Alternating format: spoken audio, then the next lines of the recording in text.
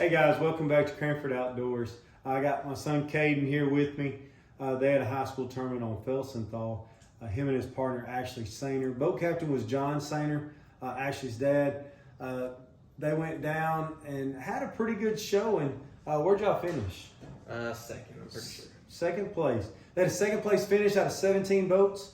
The top weight come from a group out of Magnolia, some local kids. We'd like to see those guys successful too. They're from right here close to us. The tournament seemed to be an early bite for most people. Then they really didn't get any more bites. Now, how did y'all start your day? We started off fishing down a bank of a lot of cypress trees, throwing a shaky head, and Ashley was throwing a swim bait. Okay, so you did throw a swim bait. Later on, a lot of small bites come off that shaky head, but you can boat a lot of fish with a shaky head. And that June bug color is just a great color to throw. Tell us about this bait right here.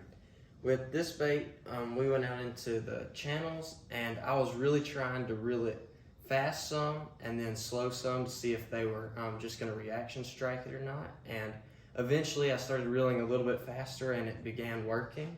Yeah, so the faster you crank, it seemed like it got a reaction. It seemed like it got better bites. Yeah, we've seen it before. When you're throwing a square bill, if you're slow rolling it, if you ever see fish following it, and you see them out there following and they turn away from it, most people think slow it down. Well, most of the time that fish is following it, but if he's following a long ways and turning off, slowing down is probably not going to get him.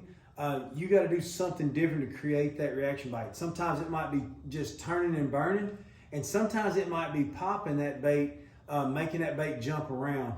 A lot of people do a jerk bait that way, really trying to get a sporadic movement, just something to change it up a little bit.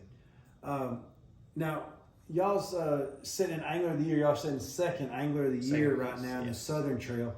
And they have different trails. Right now, that was a Southern Trail. We also fished the Arklatex.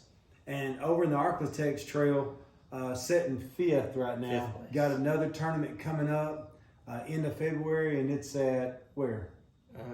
Black Bayou. Yes, Got Black Bayou coming up, and that'll be down in Louisiana. John Sainer also be the captain there. That's not a lake I'm very familiar with. We're going to go down and we'll do a little pre-fishing down there. Hopefully, cold weather, cold water. It's going to be the end of February.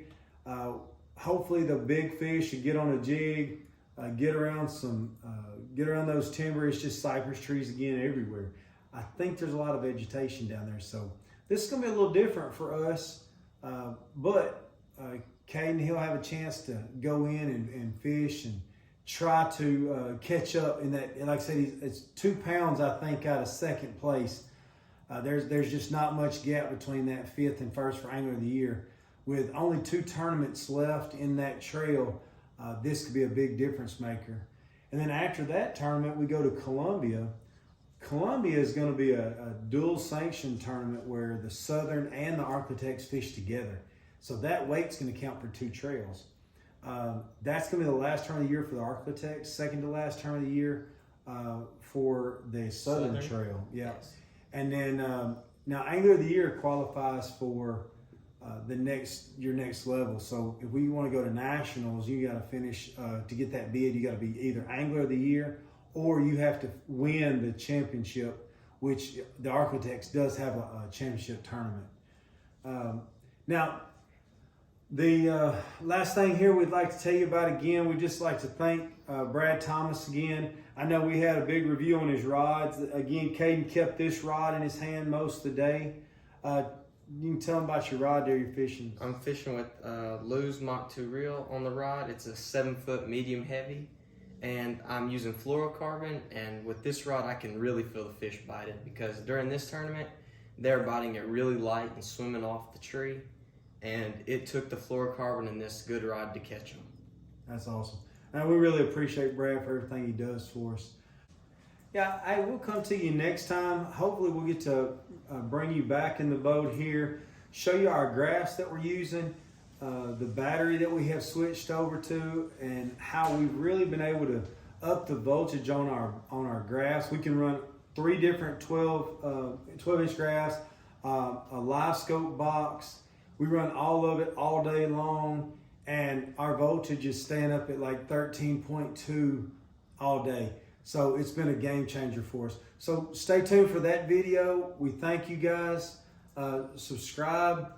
We'll bring you as many videos as we can. Like I said, if you have any questions, hit us up. We're going to try to bring you all the information we can. Hopefully we'll bring you some on the water footage next time from Black Bayou.